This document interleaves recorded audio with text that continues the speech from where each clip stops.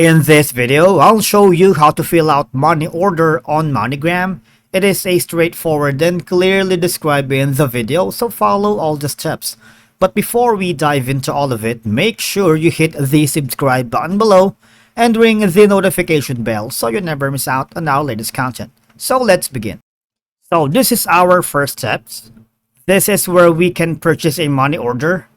So what we need to do is look for locations displaying Moneygram money order signs. All right.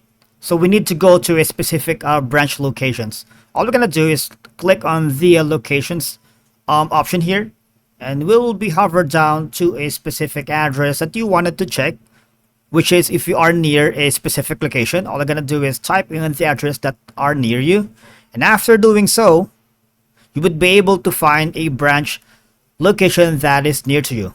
Next is, now if you have questions about receiving a money order and where you can cash it, basically any Moneygram order can be deposited into your bank or credit union account or cash at many check cashing locations. Once again, you have to check the location tracker.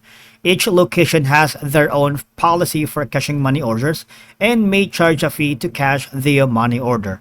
Alright? Most of them requires ID to cash the money order, but again, you have to refer to your local yellow pages like the location earlier that we have checked to see the policy per branch ATM. Alright? And here's some information about does your money order expire. Basically, Moneygram money orders do not expire, especially if it remain in cash after a year, but it may be subject to a monthly service charge that will reduce the value of the money order. Okay, and that's it for today's video. Thank you so much for watching, guys. We will see you all in the next one.